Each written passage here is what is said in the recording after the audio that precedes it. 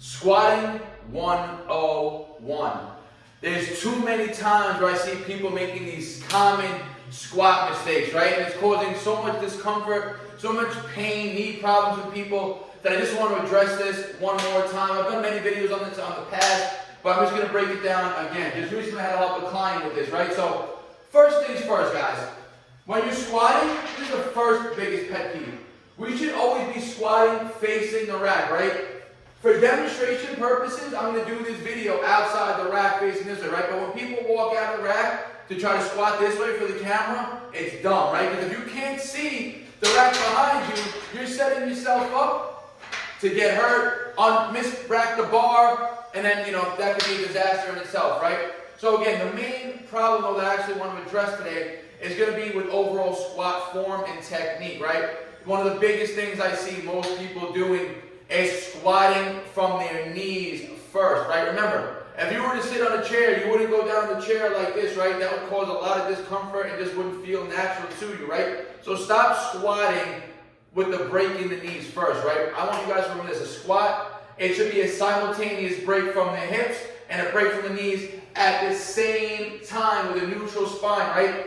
This is what it would look like if we're squatting and we're breaking from the hips first, right? If we break from the hips first, too much hamstring activation, then you have to start breaking from the knees. Again, more stress on the knees, unoptimal, suboptimal for that matter. Mechanics, you're not really going to feel the stretch in your quads as you go down. You're going to feel a lot of pressure in your knees. You're going to feel more of a stretch in your hamstrings than you should, right? And this would look like if you're breaking from the knees first, right? If you're breaking from the knees first, it's going to look like this. And then you have to stick your butt back. Again, once you start to break from the knees, all the load of the squat bar and your body weight is being placed on the knees. Terrible for knee health, right? That's what's going to cause a lot of knee discomfort. Now, again, for demonstration purposes only, guys, I will squat outside of the rack. Another pet peeve of mine, which causes so many bad mechanics, bad body mechanics, bad movement patterns. When people are trying to squat with their feet wide like this, right? We're not sumo wrestlers. This is not natural for our legs to go flared out like that, right? You want your knee to travel with your toes, ideally, right? So an ideal squat would ideally look with feet just about shoulder width apart, being able to break simultaneously. Like that's a simultaneous break, guys. Look, hips and knees breaking together, right? This would be me breaking with the knees first.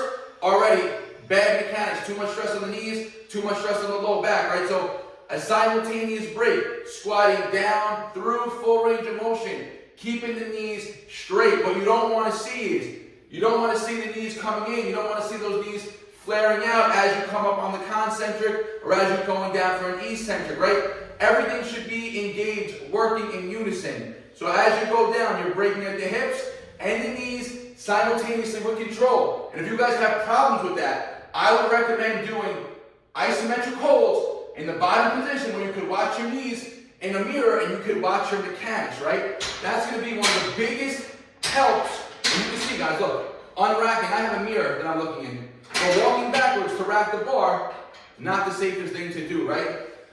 So, one of the best things you can do to fix your squat mechanics and drill and engrave, I should say, the proper movement mechanics into your body is to practice isometric reps, right? Isometrics, they're static positioning, and the more time you can spend isometrically in a range of motion or in a position in that matter, that's what's going to drill those neurological adaptations into your brain, into your nervous system, to understand, okay, this is what it should feel like at the bottom of a squat, right? This is where my range of motion is. This is where my knee position should be, right? So if you're just trying to practice squats and get better at them, by going through repetition after repetition and your repetition is looking sloppy, you're going to be engraving bad mechanics over and over.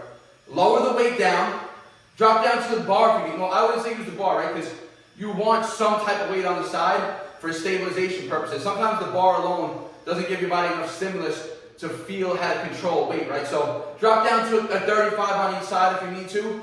Practice isometric holds with the knees stable. Don't let this happen. Don't let this happen as you're coming up. And over time, you're going to notice the more stable your base is, the more solid your squat form is, the faster you're going to be able to make strength gains.